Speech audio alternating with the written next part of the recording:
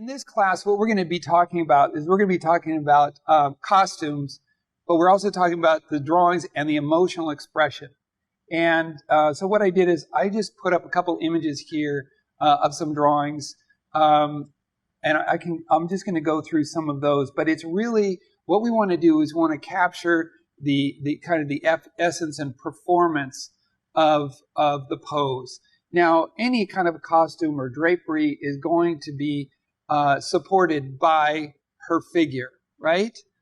By the model. So the model's expression is really the more important thing. To get to the acting, to get to what they're emoting first, and then everything else follows from that. So these were just a couple of drawings. This is one where it's just a little vignette, but I just captured what I thought was important of this moment of the model. There's a couple more. Down here, this was more of a pose. These are just a little bit longer. These were about, what were they, about 15 minutes? 17 minutes. Sometimes I'll continue to draw.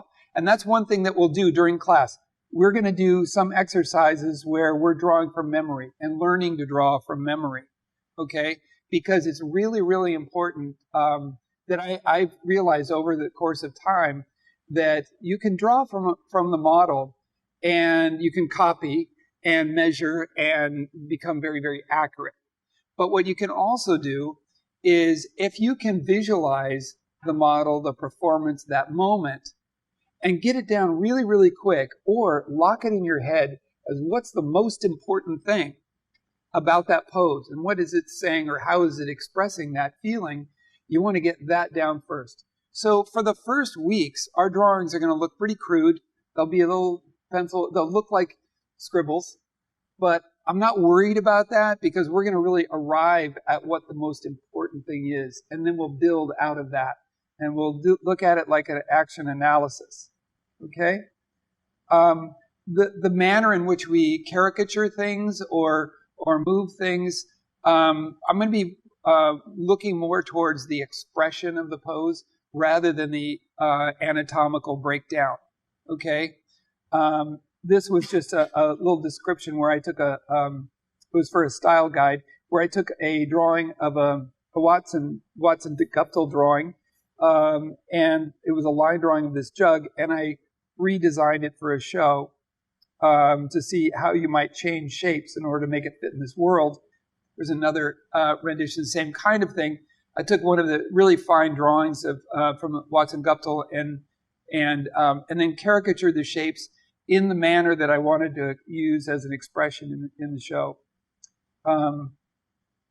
Other drawings. This is for a Winnie the Pooh show, and again, just a variety of drawing, and this was just a case where I was trying to copy some of the design sensibilities and the marks that they put down in the original Pooh books.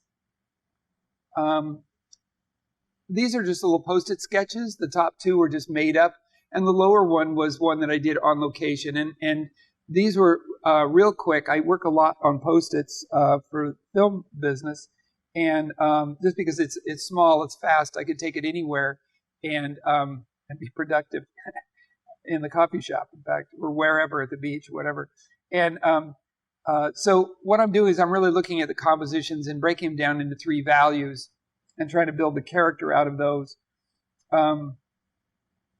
Same thing here. Now, I'll just kind of start off with this.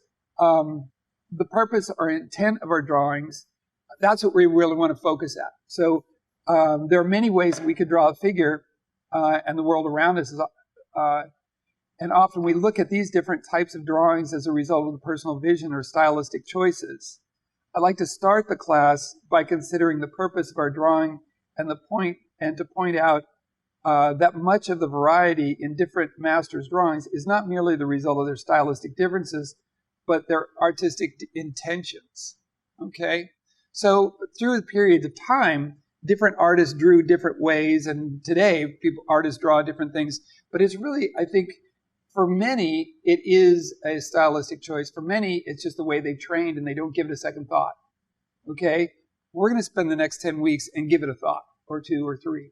Okay? We're going to really look at how we're putting marks down, but we're really going to look at the costume figure through different intentions. We'll try different things. First, we want to practice the understanding of the pose. So that's what we're going to do today. We're going to really look at the pose and try to get that expression, or that expression of her pose first. And then the costume is going to support that action. And you'll see, I'll point it out how that might help and work with it. There's a book out now. It's called Before Ever After. And it's some lost notes of Disney teachers and animators and some of their lectures. And one of the things that I remember, on the walls and stuff over at Disney was, Disney, one of his mantras was that we were only limited by our imaginations. And if we can imagine it, we can animate it. Okay? But I realize that that's pretty much of a loaded statement, because to acquire the skills to draw from your imagination is a really complex and a highly disciplined skill to learn. And that's really, through this book, the notes in this book, that's what you really gained. You realize it's a highly skilled craft, and they had to invent it and teach each other how to learn it. And so it was exciting from that standpoint. And it has its roots in all different periods of art. And so we'll touch on a few of those periods and stuff as we go. But in week 1, right now, we want to focus on the poses, searching for the shapes that describe the expression and not the anatomical structure. So these drawings don't have to be structural, but what they do want to do is they want to emote her feeling, her expression, and what she's doing. Okay? Light and shadow and values and other techniques and stuff we can leave off for right now. And I know that's kind of difficult in the beginning, but we'll give that a try. I'm going to show you a few drawings that I think are really quite expressive in the poses of the characters. You really see that they're in the middle of this ice skating. There's movement in all these figures, as simple as they are. An image like this, you really get the girl's attitude on the back of that horse, the man's relationship with the horse, and the other person looking on. There's really a story to be told in all of these, and so we want to really kind of look for the story in that pose. I think these are some really charming images, and look how simple they are. Just in these simple line drawings, you can see all the gesture and the performance. Even if they're just sitting and thinking, the others are, out of these 2 gentlemen on the right are really questioning this other person or judging him or something. The attitudes between these characters is very clear. The 2 in the back are really looking at each other, intent in a conversation, and the person in the front is bored with the whole thing. So it's this kind of emotion that I think we want to look at and try to capture, in our drawings. The postures and the attitudes. Look at the different attitudes of the older woman and the gentleman in the suit.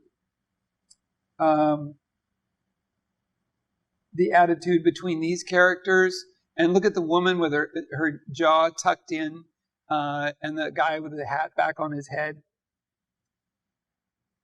All these things say a lot about their relationships. And that's what we really want to do, is if we start with the model's performance and their pose, then we build out of that. Look at a great little posture of the little girl standing there. And then more of the scene when there's other figures around.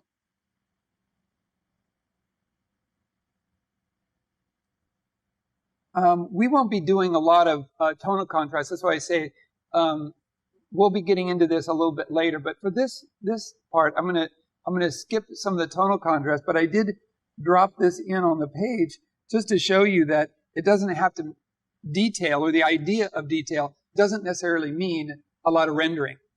In this case, it's just a case where I've just increased the amount of dark in an area or higher contrast, and our eye moves right up that figure. This drawing was really more about the division of shapes and patterns or textures within those shapes. Okay? Again, it's less about the anatomical correctness and really more about the shapes and the character or nature of those textures and patterns within those shapes. This is a Robert Fawcett drawings. Okay? I found these were really interesting because he was playing with different characteristics. Like in the image up here, this is really more about handling the form subtly and the line and the form. The one below here, this is really about edges and transitions of edges. Okay? So he's leaving little gaps.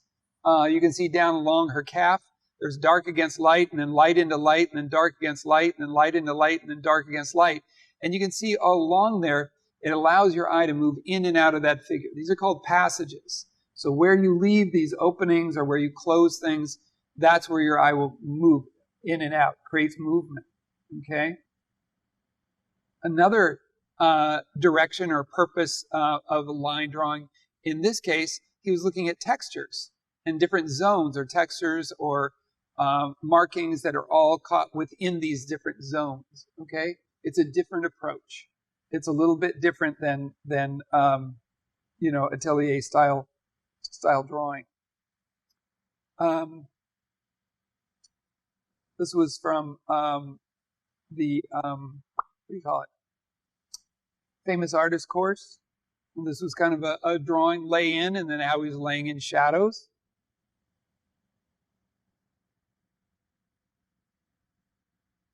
Controlling textures and patterns.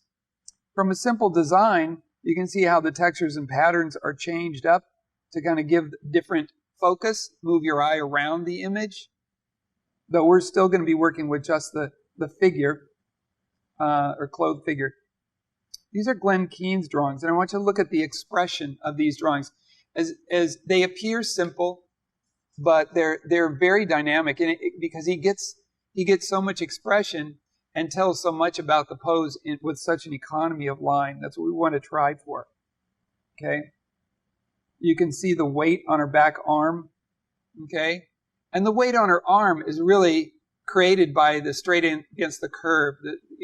Her back is being pulled up, supported by the shoulder, and then you have this muscle on the outside of her arm countering that straight stress on her back from her shoulder.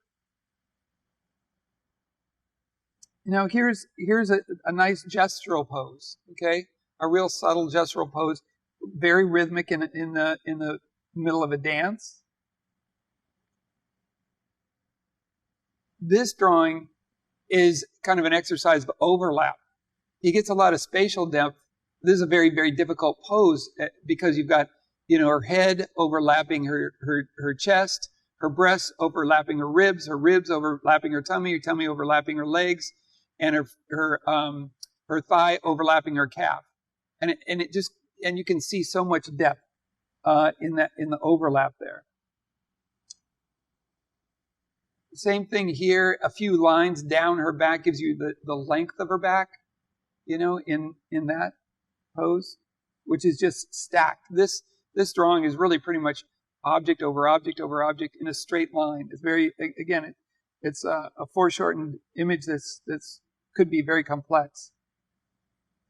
This is Nikolai Fechin drawing, and his drawings are really form dominant, and they're very, very textural. So the technique just hits you right in the face. It's really more about the technique and his draftsmanship and his technique, because the surface and everything is so apparent. It's not as much about the pose with his drawings as it is about the technique and a likeness. The attitude in this and the gesture and attitude in this sketch, it comes through. These drawings are more about the anatomy and musculature. Okay? So this is the purpose of some of the drawings. These drawings are using chiaroscuro to capture the muscular and anatomical structure. Okay. More anatomy and cross contour, seeing a little bit more volumetric drawing. That'd be more of the intent of this. Really featuring volume. This is really the contrast of expression of these little characters and these scary trees.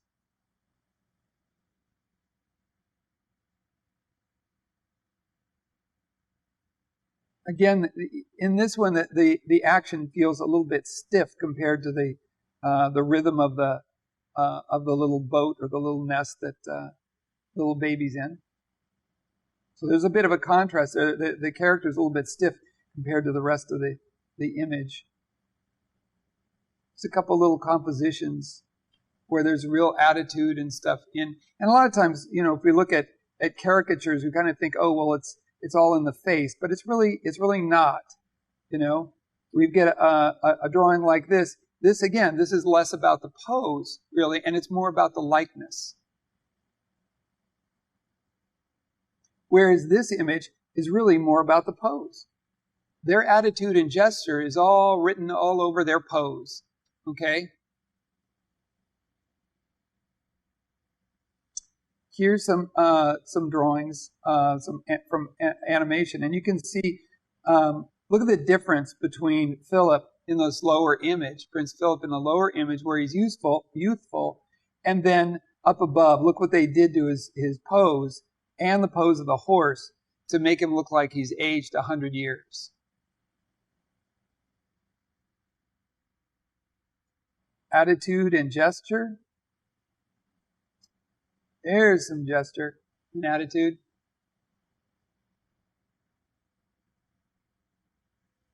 And in most of these drawings, there's the expression first. Okay? There's some really broad expressions. This is all about facial expressions and so forth. But I'll bring some others that have more than just the facial expressions. Things like this that have, all of his, you can tell where he's going with this, where his weight is, and so on. I think these are Frank Frazetta drawings. Yeah, Frazetta drawings. Where he's capturing some action, trying to capture the moment of action in these, or right after the punch. Let's see.